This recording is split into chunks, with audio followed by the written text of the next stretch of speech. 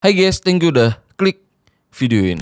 Nah jadi aku mau ajak kalian bahas kasus yang baru-baru ini terjadi yang sempat viral sampai diberitakan secara luas. Yang mana ini kasus naas yang benar-benar naas yang dialami seorang ustazah yang sebagai guru di pondok pesantren di Kabupaten Banjar, Kalimantan Selatan yang bermula sempat dikabarkan hilang. Sampai akhirnya ditemukan yang udah dalam keadaan horor di Semak ini. Yang semuanya terjadi di Jalan Setapak ini yang ada di dekat rumahnya. Yang semuanya dilakukan kedua pelakunya ini yang sebagai pekerja kebun di sana. Karena tergiur melarikan motor dan juga tas yang mereka yakinin berisi barang-barang berharga. Yang emang kedua pelakunya ini horor banget sih. Makanya nih ya, kasus ini harus banget kita bahas di sini dengan harapan nantinya dari sini ya ada pembelajaran yang bisa kita petik supaya kasus-kasus kayak gini jangan sampai terulang lagi, terutama nih ya buat kita-kita yang udah menjadikan kasus-kasus kayak gini sebagai pembelajaran. Oke lah, kayak gimana kisah dan kasusnya langsung aja kita bahas sedetail mungkin yang aku bisa. Tapi kayak biasa sebelum kita lanjut kita ritual dulu ya. Jadi siapin minuman dan cemilan kalian, siapkan juga posisi ternyaman menurut kalian kayak gimana. Jadi kalau udah nyaman, udah santuy. Nah jadi soal kasus ini,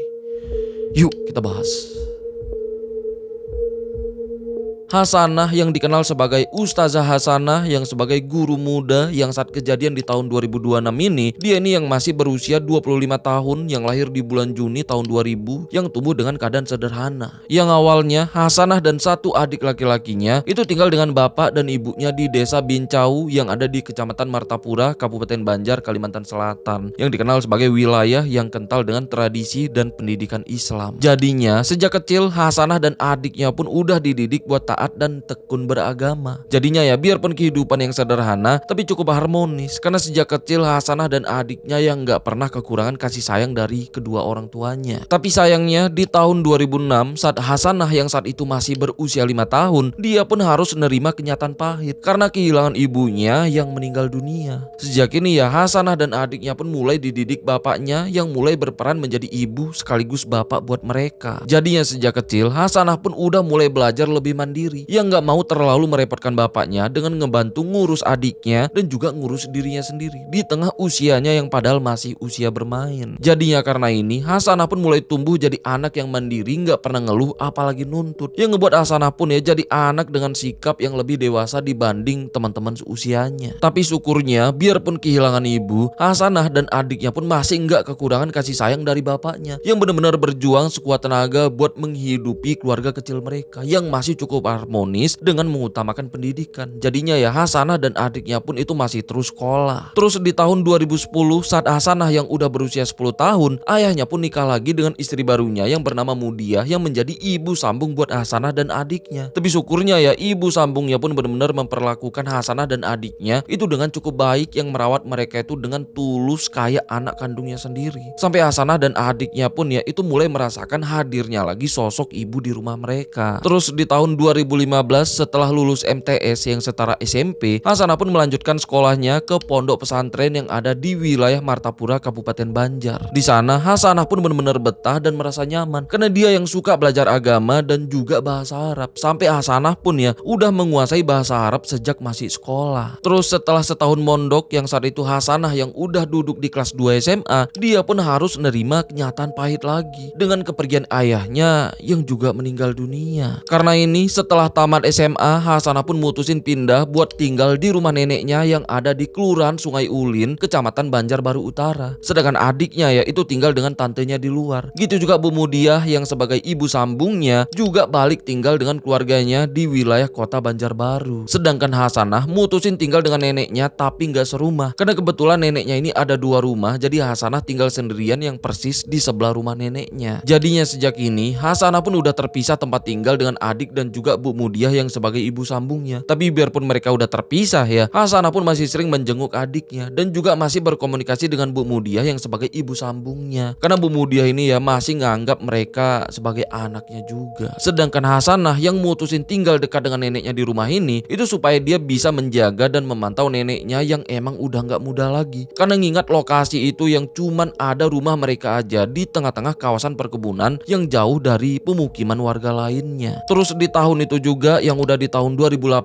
setelah tamat SMA ya, Hasanah yang emang dikenal sebagai salah satu santri yang cukup pinter terutama di bahasa Arab, jadinya dia pun dipanggil lagi ke pondok pesantrennya buat jadi guru bahasa Arab. Sejak jadi guru, Hasanah pun mulai menjalani aktivitasnya yang selalu pulang pergi menggunakan motornya Honda Beat yang selalu ngebawa tas hitam dari rumah ke ponpesnya, yang biasanya ngelewatin jalan setapak ini dengan kondisinya yang sepi karena ada di tengah-tangah kawasan perkebunan sebelum akhirnya baru memasuki jalanan desa yang beraspal. Terus sejak jadi guru, Hasanah pun mulai dikenal sebagai sosok ustazah yang juga mulai punya penghasilan sendiri yang cukup buat menghidupi dirinya sendiri tanpa merepotkan siapapun. Bahkan biarpun gajinya yang gak gitu besar, setiap gajian ya Hasanah ini masih bisa menyisihkan buat dikasih ke nenek dan juga ke adiknya yang tinggal dengan tantenya. Di samping itu, Hasanah pun benar-benar menikmati pekerjaannya yang sebagai guru bahasa Arab yang emang ilmu yang udah dia tekunin sejak sekolah dulu. Sampai dia pun benar-benar ikhlas dan tulus mengabdikan dirinya sebagai tenaga pengajar di ponpesnya. Biarpun dengan perjalanan pulang pergi setiap harinya yang cukup melelahkan ya, tapi Hasanah ini sama sekali nggak pernah ngeluh dengan kondisinya. Bahkan setelah 2 tahun ngajar di ponpes, saat itu yang udah di tahun 2020, Hasanah pun mulai nyari kerjaan sampingan buat nama-nama pemasukannya dengan kerja di sebuah toko aksesoris yang ada di kawasan Keraton yang udah masuk di wilayah Martapura, Kota Banjarbaru. Jadinya sejak ini rutinitas Hasanah pun mulai full karena dari pagi sampai siang itu ngajar di ponpes. Setelah pulang ngajar, biasanya dia pun langsung masuk kerja ke toko aksesoris sampai jam 7 malam. Nah setelah itu barulah dia pun pulang ke rumah. Terus karena rutinitasnya yang cukup melelahkan yang harus selalu pulang pergi dengan jarak yang gak deket, Hasanah pun sempat sakit karena terlalu kelelahan. Nah tapi di hadapan neneknya ya, dia ini tuh gak pernah nunjukin sisi lelah bahkan dengan kondisinya yang udah kurang sehat. Tapi kebetulan pas pamannya datang ke sana buat menjenguk Hasanah dan neneknya, pamannya pun sempat memperhatikan kondisi Hasanah yang kelihatan kurang fit tapi masih berusaha menyanggupi menjamu pamannya dengan keadaan Hasanah yang berusaha menutupi kondisi kesehatannya saat itu. Tapi karena pamannya tahu, jadinya ya paman yang kasihan karena Hasanah yang terlalu kelelahan kerja apalagi harus selalu nempuh perjalanan yang gak deket. Jadinya pamannya pun sempat nawarin buat Hasanah ini tinggal di rumah saudara mereka aja yang gak gitu jauh dari ponpes tempat Hasanah ngajar dengan maksud supaya Hasanah ini gak terlalu kelelahan di jalan. Tapi karena Hasanah yang gak mau merepotkan saudaranya dan juga khawatir kalau harus ninggalin neneknya di sana, jadinya ya Hasanah pun nolak tawaran pamannya. Jadinya ya dia pun tetap tinggal di sebelah rumah neneknya supaya bisa terus menjaga dan merawat neneknya. Terus setelah kondisi tubuhnya kembali pulih, Hasanah pun mulai melanjutkan aktivitasnya yang biasanya ya dia ini udah berangkat sejak pagi yang selalu ngelewatin jalan setapak ini yang awalnya masih aman. Karena sejak tahun 2018 sampai saat itu yang udah di tahun 2026, setelah kurang lebih selama 8 tahun Hasanah ngelewatin jalan ini ya, emang gak ada masalah dan kendala apapun. Karena sebenarnya wilayah di sana yang relatif masih aman. Tapi itu awalnya. Karena saat itu yang udah di tahun 2026 ini, pas Hasanah yang masih ngelewatin rute yang sama setiap pulang pergi kerja dengan ngelewatin jalan setapak ini, juga ngelewatin gubuk ini dengan lokasinya yang sepi. Yang mana yang tinggal di gubuk ini itu pekerja kebun yang bernama Ahmad Sodikin yang saat itu udah berusia 40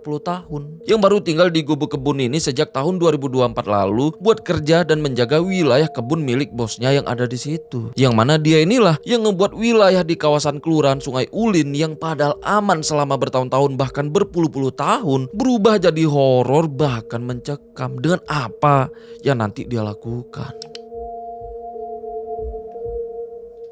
Nah jadi soal orang ini yang bernama Ahmad Sodikin yang dikenal dengan panggilan Sodikin yang sebagai perantau asal Jawa, tapi aku nggak nemu tepatnya di mana. Yang pasti ya dia ini berasal dari Jawa yang udah punya istri dan anak-anaknya yang tinggal di Jawa. Sedangkan dia mutusin merantau ke Kalimantan Selatan, tepatnya ke Kabupaten Banjar buat kerja di kawasan perkebunan yang ada di sana. Nah tapi karena Sodikin ini yang selalu ngalamin masalah ekonomi yang rumit, jadinya dia pun sering bermasalah di tempat kerjanya dengan melakukan beberapa bentuk kecurangan sampai dia pun jadi sering pindah-pindah tempat kerja. Sampai akhirnya di tahun 2024 ya, dia pun mulai kerja dan tinggal di gubuk ini yang persis di depan jalan setapak yang biasanya dilalui Hasanah setiap pulang pergi kerja. Karena rumah Hasanah ada di sini sedangkan gubuknya ada di sini. Yang mana Hasanah biasanya ngelewatin jalan setapak ini, ngelewatin gubuk sebelum akhirnya masuk ke jalan Seledri yang udah beraspal yang mengarah ke wilayah Kota Banjarbaru. Jadi kayak gitulah gambarannya. Sedangkan Sodikin di gubuknya dia ini nggak tinggal sendirian, tapi dengan satu temennya yang bernama Muhammad Firman Indrazat yang biasa dipanggil Firman, yang juga sebagai pekerja kebun di sana. Terus setelah 2 tahun tinggal dan kerja di gubuk ini, saat itu yang udah di bulan April 2026, Sodikin ini dihubungi istrinya yang tinggal di Jawa minta dikirim uang buat kebutuhan sekolah anaknya di sana dan juga buat bayar kontrakan. Sedangkan Sodikin saat itu nggak punya pegangan apapun karena dia yang diupah harian yang biasanya langsung habis buat kebutuhannya di gubuk. Karena ini ya Sodikin pun sempat kebingungan dan sempat berusaha nyari pinjaman ke sana kemari, termasuk minta pinjaman ke pemilik kebunnya sebesar 1 juta. Nah tapi karena nggak dapat pinjaman ya, Sodikin pun makin kebingungan setiap istrinya nelpon minta dikirimkan uang. Karena ini setelah kerja, Sodikin pun terduduk di depan gubuknya sambil terus mikirin gimana cara supaya bisa mendapatkan uang. Nah terus di tengah-tengah kebingungannya ya, dia pun langsung keingat soal seorang perempuan yang sebenarnya nggak dia kenal. Tapi sering dia perhatikan kalau wanita itu biasanya lewat di depan gubuknya menggunakan motor Beat warna hitam yang selalu ngebawa tas yang dia yakinin berisi barang-barang berharga. Bahkan dia pun sampai tahu jadwal biasanya Hasanah lewat yaitu di pagi hari dan juga sore menjelang malam. Karena ini rencana horornya pun langsung terbayang. Bahkan mulai berencana buat membegal wanita itu buat merampas motor dan isi tasnya yang dia yakinin berisi laptop atau barang-barang berharga. Apalagi ya dia pun tahu lokasi itu yang jauh dari pemukiman yang dia yakinin aksinya nggak akan ada yang tahu. Terus setelah yakin dengan rencananya, dia pun langsung ajak Firman. Nah karena Firman juga yang sedang butuh uang ya, jadinya dia pun langsung setuju. Yang mana mereka pun langsung bersiap yang rencananya besoknya mereka akan langsung beraksi. Terus besoknya yang udah di tanggal 28 April 2026, tepatnya di hari Selasa yang naas, di hari itu Hasanah pun masih menjalani aktivitasnya kayak biasa. Yang mana dari pagi ya dia pun udah berangkat melewatin jalan setapak ini buat ngajar ke Ponpes. Di siangnya setelah pulang ngajar, Hasanah pun langsung masuk kerja ke toko aksesoris. Terus di sorenya pas Hasanah yang sedang jaga toko, dia pun sempat chattingan dengan Bu Mudiah yang sebagai ibu sambungnya, yang kebetulan tinggal nggak jauh dari toko tempat Hasanah kerja. Jadinya di situ Hasanah pun sempat minta minuman dingin ke Bu Mudiah. Karena ini ya Bu Mudiah pun ngebeliin minuman dingin yang langsung diantar ke tokonya. Yang mana di sore itu ya Bu Mudiah pun sempat ketemu dengan Hasanah. Tapi di pertemuan itu Bu Mudiah pun ngerasa Hasanah ini kelihatan cantik banget, yang seolah semacam firasat ya, karena saat itu tanpa disadarin disitulah terakhir kalinya Bu Mudiah ini ketemu dengan Hasanah. Terus di sore menjelang malam setelah toko aksesorisnya tutup, Hasanah pun pulang kayak biasa yang ngelewatin jalan setapak ini dengan kondisinya yang mulai gelap. Sedangkan kedua kodok jagung ini yang udah hafal jadwal setiap Hasanah lewat, jadi yang di sore itu dengan keadaan mereka yang udah siap dengan kayu balok dengan menggunakan masker ya, mereka pun udah nunggu di pinggir jalan balik semak belukar ini yang ada di dekat gubuknya. Terus pas Hasanah lewat menggunakan motornya yang jalan dengan kecepatan rendah karena nginget kondisi jalannya, tiba-tiba Sodikin dan Firman pun langsung nyergap dengan langsung mukulin Hasanah menggunakan balok sampai Hasanah pun langsung terpental jatuh dari motornya yang langsung pingsan gak sadarkan diri. Setelah itu mereka pun langsung buru-buru mindahin motor dan juga nyeret tubuh Hasanah ke dalam semak pinggir jalannya. Di situ ya Hasanah yang tadi udah gak sadarkan diri tiba-tiba sadar dan sempat berusaha melepaskan diri, bahkan teriak minta tolong. Tapi karena lokasinya yang sepi jauh dari pemukiman warga, apalagi jalan setapak itu yang jarang dilalui warga, jadinya yang gak ada yang dengar suara teriakan Hasanah. Sedangkan Sodikin dan Firman yang panik karena Hasanah teriak ya, Sodikin pun langsung mukul bagian kepalanya menggunakan balok. Sedangkan Firman langsung nyumpal mulutnya menggunakan kaos kaki supaya Hasanah gak bisa teriak. Tapi karena Hasanah yang masih bernafas, mereka pun langsung ngelepas kerudung dan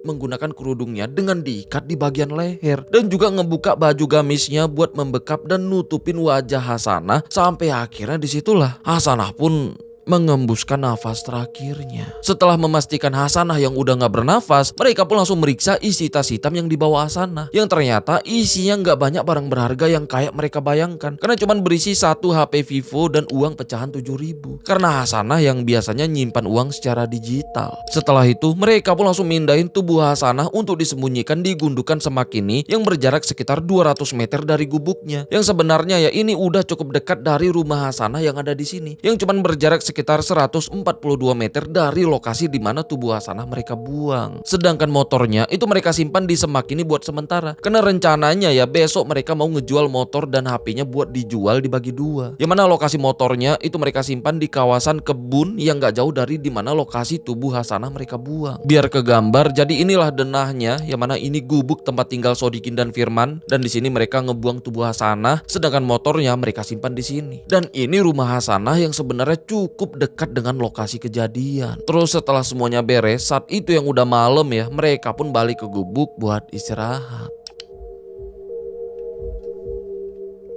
Jadi setelah kejadian di Selasa malam, karena Hasanah yang gak pulang-pulang bahkan udah gak bisa dihubungin, itu ngebuat neneknya di rumah mulai cemas sampai keluarga dan kerabat mereka juga malam itu mulai kebingungan dengan gak pulangnya Hasanah. Apalagi dengan keadaannya yang udah gak bisa dihubungi. Terus besoknya yang udah di tanggal 29 April 2026, tepatnya di hari Rabu pagi, karena Hasanah yang gak masuk ngajar tanpa kabar, itu sempat ngebuat rekan sesama pengajar di sana kebingungan. Apalagi setelah berusaha dihubungin ya, nomornya juga udah gak aktif. Nah karena gak biasanya Hasanah gak masuk tanpa kabar, apalagi dengan kondisinya yang udah gak bisa dihubungin, jadinya di pagi itu ya mereka pun sempat berusaha menghubungi pihak keluarga Hasanah buat nanya keberadaannya. Karena ini pihak keluarga pun makin resah lagi setelah tahu ternyata pihak ponpesnya juga yang kebingungan dengan hilangnya Hasanah. Karena ini ya pihak keluarga termasuk Bu Mudia itu langsung mendatangi rumah Hasanah dan neneknya buat ngecek. Terus setelah memastikan Hasanah yang udah bener-bener hilang, di pagi menjelang siang itu ya pihak keluarga yang dibantu warga itu langsung melakukan pencarian di jalan setapak ini yang biasa dilaluin Hasanah. Sedangkan Sodikin dan Firman yang rencananya di hari itu mereka mau ngejual motor Hasanah yang udah mereka sembunyikan, jadi mereka pun ngurungin niatnya. Karena saat itu ya kawasan perkebunan di sekitaran gubuknya udah rame para warga yang berusaha nyari Hasanah. Nah tapi ya mereka juga nggak kabur, yang masih melakukan aktivitas kayak biasa di gubuknya, yang seolah nggak tahu dengan apa yang udah terjadi. Di samping itu warga dan juga keluarga itu terus melakukan pencarian sampai akhirnya saat itu yang udah siang ya, mereka pun nemuin motor Beat milik Hasanah di pinggir jalan setapak ini yang cuman berjarak sekitar 225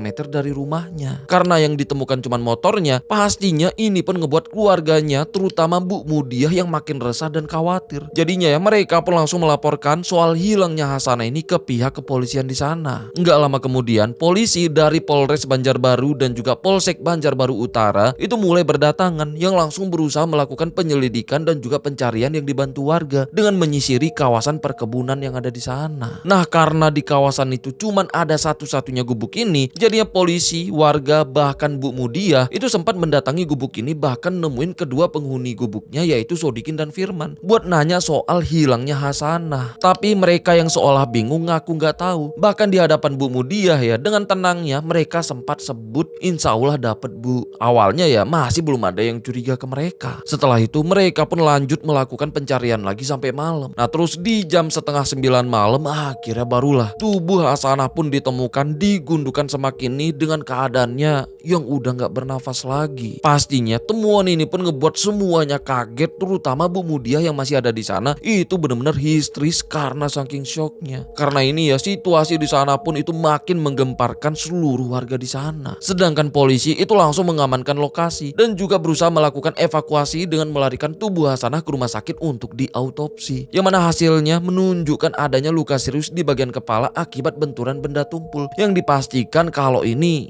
adalah kasus pembunuhan. Karena ini besoknya polisi pun terus melakukan olah TKP dan juga penyelidikan di sekitar lokasi ini, tempat di mana ditemukannya tubuh Hasanah. Yang awalnya ya polisi pun sempat kesulitan karena di sepanjang kawasan itu adalah area perkebunan yang luas yang sama sekali tanpa adanya CCTV dan juga saksi mata. Nah terus karena lagi-lagi merasa di hamparan perkebunan itu cuman ada satu-satunya gubuk ini, apalagi lokasi ditemukannya tubuh Hasanah yang cuman berjarak sekitar 200 meter dari gubuk ini, jadinya ya polisi pun langsung mendatangi gubuk ini lagi. Nah tapi karena kedua penghuninya yang sedang gak ada di tempat, karena saat itu Sodikin dan Firman yang sedang kerja di kebun yang gak jauh dari gubuknya, jadinya polisi pun terus menelusuri dan menyelidiki area gubuk ini sampai akhirnya polisi pun nemuin satu titik terang, yaitu temuan sendal milik Hasanah yang ditemukan di semak pinggir jalan ini, yang mana lokasinya cuma berjarak sekitar 54 meter dari gubuknya tadi. Karena lagi-lagi petunjuk yang seolah mengarah ke gubuk itu, jadi polisi pun balik lagi ke gubuk itu yang langsung ngamanin Sodikin dan Firman yang sedang ada di kebun sekitaran gubuknya untuk langsung diperiksa. Yang awalnya mereka pun masih nggak ngaku. Tapi setelah polisi menggeledah gubuknya, di situ polisi pun nemuin barang-barang milik Hasanah itu berupa HP merek Vivo, helm dan juga masker milik Hasanah yang bahkan masih ada bercak merahnya yang ternyata masih mereka simpan di dalam gubuk itu. Karena ini barulah mereka pun gak bisa ngeles lagi, yang langsung diamankan dan dibawa ke Polres Banjarbaru untuk diperiksa lebih lanjut dan pastinya diinterogasi. Nah di sana mereka yang udah nggak berkutik ya itu baru mengakui dan menceritakan semuanya. Yang mana Firman ini ngaku melakukan aksinya ini karena diajak Sodikin buat merampas motor dan tas hitam yang biasa dibawa sana yang mereka yakinin isinya barang-barang berharga. Gitu juga Sodikin yang ngaku tega dan nekat melakukan itu semua karena kondisinya yang sedang gak punya uang di tengah-tengah desakan istrinya yang minta dikirimkan uang, yang akhirnya ya dia pun sampai nekat melakukan ini semua dengan menargetkan Hasanah yang sering lewat di depan gubuk mereka karena tergiur dengan motor dan juga isi tas hitam yang biasa dibawa Hasanah. Di situ mereka juga sempat ditanya apakah mereka juga melakukan pemerkosaan terhadap korban. Karena ngingat pas tubuh Hasanah ditemukan ya sebenarnya itu dalam keadaan tanpa busana bagian atas. Jadinya ya tuduhan aksi pemerkosaan pun bermunculan. Tapi mereka nggak ngakuin tuduhan itu. Yang ternyata ya hasilnya pun sinkron dengan hasil otopsinya karena nggak ditemukan adanya jejak-jejak pemerkosaan. Terus setelah mereka mengakui semuanya, akhirnya kasusnya pun terungkap berkat kerja keras pihak kepolisian dari Polsek Banjarbaru Utara dan juga Polres Banjarbaru yang udah melakukan penyelidikan dan penyidikan yang gak mudah selama 2 hari. Sampai akhirnya ya di tanggal 2 Mei 2026 mereka pun udah berhasil diamankan. Karena ini mereka yang udah ditetapkan sebagai tersangka itu mulai dijerat dengan pasal berlapis dengan ancaman hukuman yang cukup berat, yaitu penjara seumur hidup atau pidana mati. Tapi itu pun masih terancam karena sampai sekarang ya kasus ini masih terus didalami. Ya semoga mereka berdua terutama Sodikin nih ya yang sebagai otak pelakunya semoga dijatuhin hukuman seberat-beratnya karena ngingat aksi yang udah dia lakukan yang emang